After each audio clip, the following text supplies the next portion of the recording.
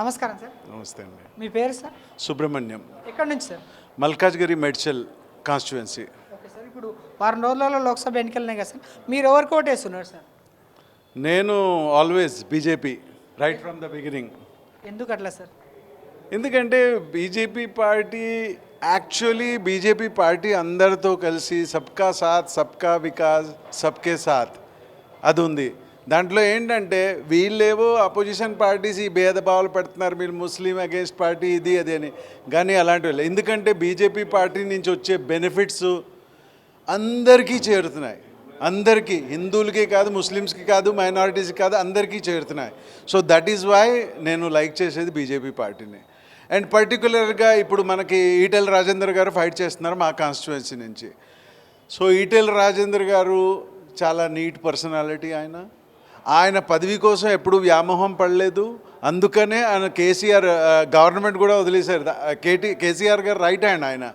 కానీ ఆయన పదం వ్యామోహం లేదు కాబట్టి ఆయన కేసీఆర్ పార్టీ వదిలేసేసి బయటకు వచ్చేసారు. ఆయన గెలుస్తారని నమ్మకం ఎంతవరకు వ్యక్తం చేస్తున్నారు సార్? అసలు అక్కడ గెలిచే అవకాశాలు ఉన్నాయా సార్?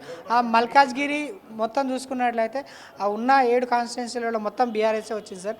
ఆ ప్రభావం ఏమన్నా ఇప్పుడు కేసీఆర్ ప్రజాక్షేత్రంలోకి వచ్చిండు, ఆ ప్రభావం ఏమన్నా పడుతుందా అని చెప్పేసి అనుకోవచ్చా సార్?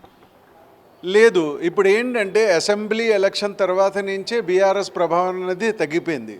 దానికి మెయిన్ కారణం ఏంటంటే కేసీఆర్ గారు ఏంటంటే ఓన్లీ తన కోసం చూసుకున్నారు, కానీ తను మన సమాజం పట్ల పెద్దగా ఏమీ చూడలేదు. దాంతో ఏంటంటే బీఆర్ఎస్ ప్రభావం ఎలాగైతే తగ్గిందో అదంతా బీజేపీ పుంజుకున్నది ఆ ఏరియాలో. అందుకు ఈటెల రాజేందర్ గారు గెలవడం అన్నది డెఫినెట్లీ ఫ్రమ్ మల్కాజ్గిరి కాన్స్టిట్యుయెన్సీ. ఎందుకంటే ఆయన ఇమేజ్ కూడా బాగుంది. అండ్ ఆయన ఆ ఏరియా నుంచి కాకపోయినా సరే బికాస్ ఆఫ్ మోదీ ఇన్ఫ్లుయెన్స్ మల్కాజ్గిరిలో బీజేపీ పార్టీ రావడం ఖాయం. ఇప్పుడు హైదరాబాద్లో మాధవీలత గారు నిలబడ్డారు కదా సార్, ఎంఐఎం కంచుకోవడానికి బద్దలు కొట్టి ఇక్కడ గెలుస్తా అని చెప్పేసి అనుకోవచ్చా సార్? అసలు గెలిచే ఎంతవరకు ఛాయిస్ ఉంది సార్? మాధవీలత గారు నీట్ అండ్ క్లీన్ పర్సనాలిటీ ఆవిడది.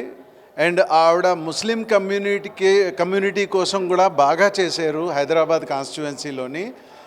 అసావుద్దీన్ ఓవైసీ గత 4 టర్మ్స్ నుంచి గెలుస్తూనే ఉన్నారు. బట్ బేసికలీ ఆయన లోకల్ పబ్లిక్ అక్కడ కాన్స్టిట్యుయెన్సీకి ఏమీ చేయలేదు. ఆయన ఏంటంటే ఐదర్ భయపెట్టో లేకపోతే ఏదో చేసి అక్కడి నుంచి ప్రతిసారి ప్లస్ ఫ్రాడ్ ఓట్స్, ఆ ఫ్రాడ్ ఓట్స్ కూడా ఈసారి ఎలక్షన్ కమిషన్ నోటీస్లోకి వెళ్ళింది. అండ్ ఆల్మోస్ట్ 5.5 lakhs ఓట్స్ అది బర్ఖాస్త్ చేశారు దాంట్లోంచి. సో గెలుస్తారా గెలవరా అన్నది అది చెప్పలేము.